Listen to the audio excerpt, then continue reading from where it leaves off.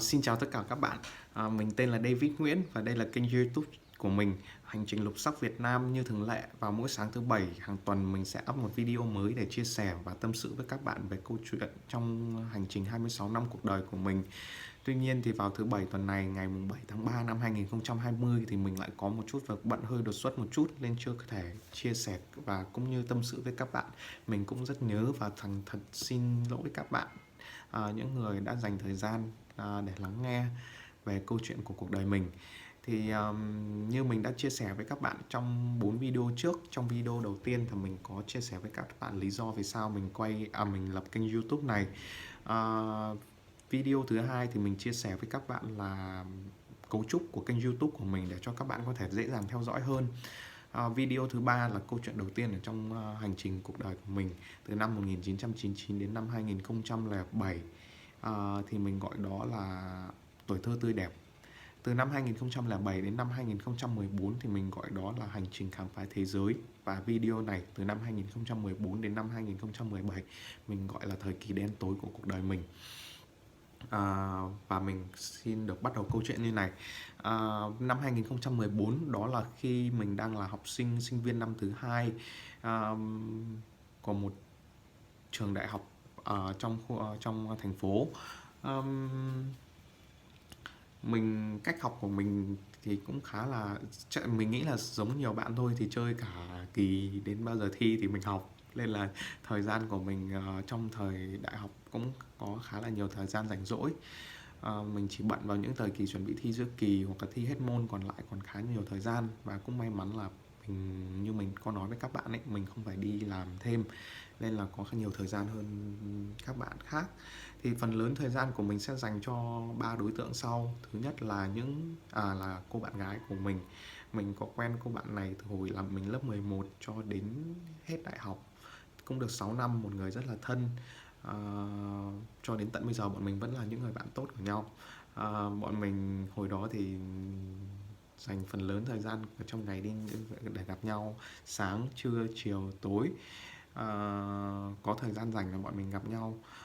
Nhóm thứ hai thì là những cái thằng bạn từ hồi cấp 2, cấp 3 của mình. Đứa thì bọn mình chơi với nhau từ hồi cấp 2, đứa thì mới quen từ hồi cấp 3, hợp lên là gộp thành một nhóm chơi cho tiện đỡ mất thời gian. Thì thường là bọn mình chơi điện tử, đi nhậu nhẹt hoặc là đi đá bóng cùng nhau. Nói chung là những cái trò mà bọn con trai thích.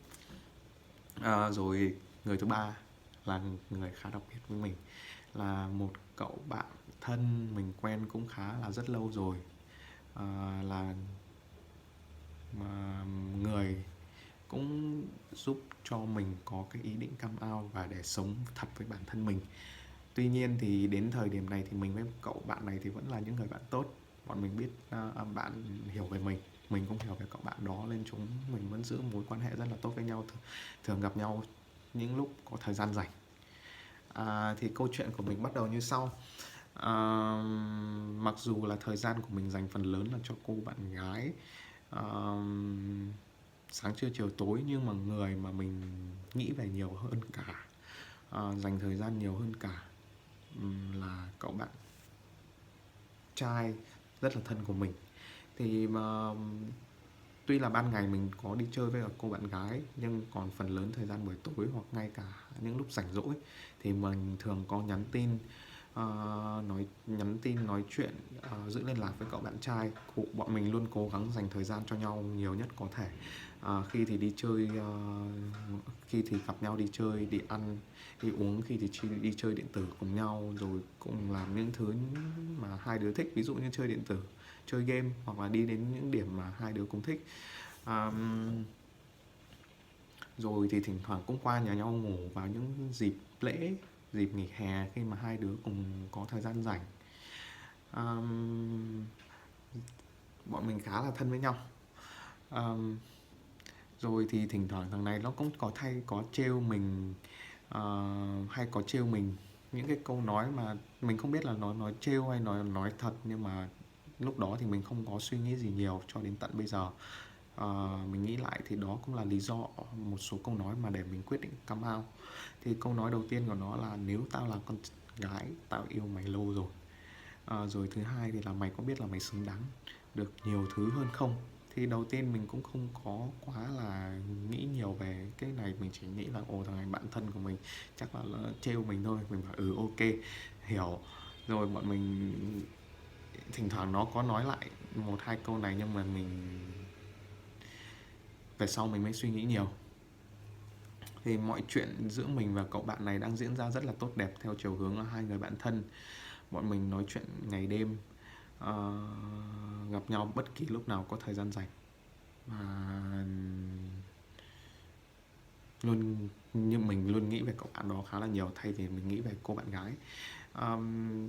Thì bỗng một quãng thời gian mình không có nhận được những cuộc điện thoại của mình, bọn mình không còn thường xuyên nữa. Nên là những cuộc nói chuyện, những cuộc đi chơi của bọn mình không còn thường xuyên nữa. Thì mình có nhắn tin hỏi cho cậu bạn này và đợt này mày làm sao vậy, có vấn đề gì, có gì mới hay sao mà tao thấy không còn nói chuyện với tao nhiều như hồi xưa. Thì một hai lần không thấy bạn trả lời thì mình vẫn có nhắn tin hỏi để biết được rõ lý do. Thì cũng chỉ nhận được những cái phản hồi rất là hơi hơi hơi tiêu hơi hơi lãng xẹt một chút, ví dụ như là bận, không thích, không có thời gian, biến. Thì lúc đó mình cũng rất là buồn, tại vì cậu bạn này khá là đặc biệt với mình. Nên là nhận được những cái tin nhắn này thì mình cũng rất buồn. Mình lại đánh giá đây là thằng bạn thân của mình, sao lại nói với mình như thế. à, à,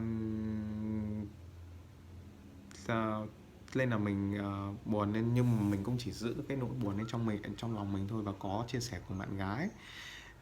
Thì cô bạn cũng có thể là bảo dạo này chắc nó bận hay là như nào thì hỏi nó, mà nó có nói đâu mà biết. Nên là mình cũng chỉ giữ cái nỗi nhớ đấy trong lòng của mình thôi.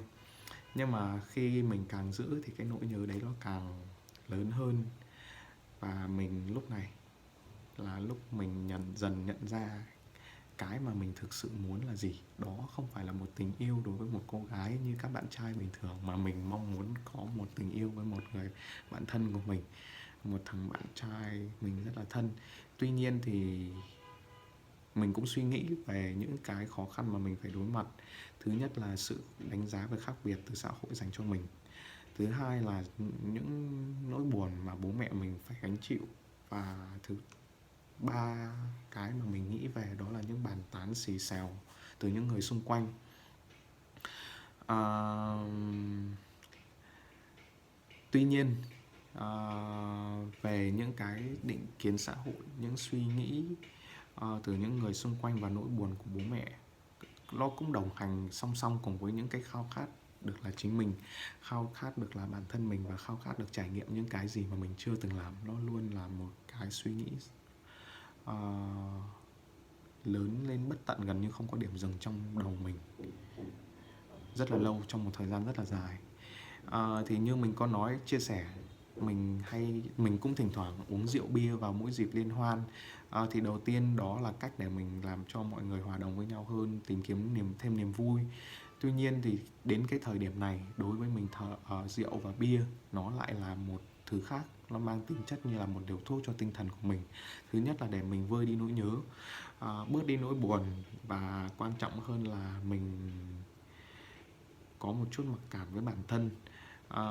Khi mình biết mình hơi khác biệt với mọi người, và mình cũng khá là nhạy cảm với những người xì xèo bên xung quanh cạnh mình. Có thể là đó là những ảo giác, và đó cũng là những thực tế mà mình cảm thấy. Mặc dù sau thời gian là uống rượu 3 năm thì đối với mình thì đó cũng có thể là những cái ảo giác mà mình gặp phải do uống quá nhiều rượu bia. Nhưng cũng có thể là những thực tế mà họ nói về, tại vì trong mỗi cuộc nói chuyện mình luôn thỉnh thoảng mình lại nhắc về cậu bạn thân của mình.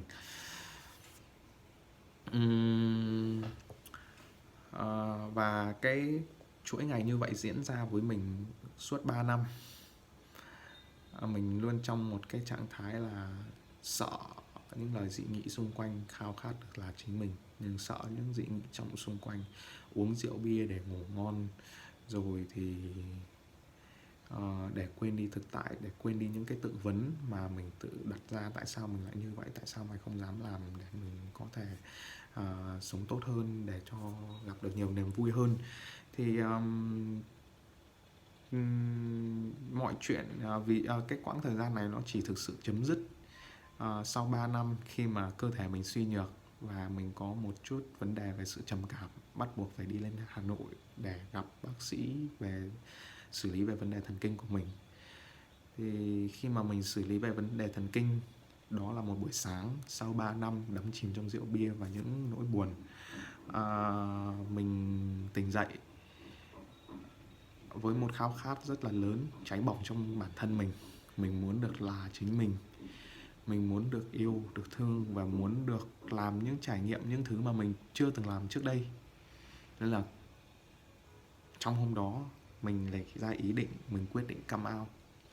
Và về câu chuyện come out mình sẽ chia sẻ với các bạn trong video tiếp theo. Tuy nhiên, điều mà mình muốn nói ở đây là trong video này mình rất mong muốn ở trên khắp Việt Nam sẽ có những cơ sở, không ngay cả trong trường học sẽ có những bài giảng về giới tính, xu hướng tính dục cho trẻ nhỏ ngay từ độ tuổi phù hợp, để cho các em có thể hiểu rõ hơn về bản thân mình khi có những vấn đề trong cuộc sống. Các em không phải tự vấn bản thân quá lâu, tự đi tìm câu trả lời cho bản thân mình, mà thay vào đó sẽ có những sự hỗ trợ từ lý thuyết, cũng có thể là thầy cô giáo và những người trong cộng đồng để chia sẻ, để cho giúp các em có thể vượt qua cái quãng thời gian này một cách dễ dàng hơn, chứ không phải như mình thì đối với mình thấy nó cũng không quá là nặng nề lắm, mình chỉ là dùng rượu bia thôi. Nhưng đối với một số người thì nó có thể là những cái suy nghĩ tiêu cực hơn, có thể họ tự tử chẳng hạn, và có thể họ làm những cái điều mà chúng ta khó có thể tưởng tượng được. Nên đó là lý do vì sao mình quay video thứ 5 này. Cảm ơn các bạn đã lắng nghe. Mình rất mong nhận được sự chia sẻ của các bạn nhiều hơn. Mong các bạn press like, subscribe và chia sẻ comment của các bạn về video này của mình. Hẹn gặp lại các bạn trong video thứ 6 tuần sau về hành trình come out của mình, quá trình come out của mình. Mình cảm ơn và hẹn gặp lại các bạn.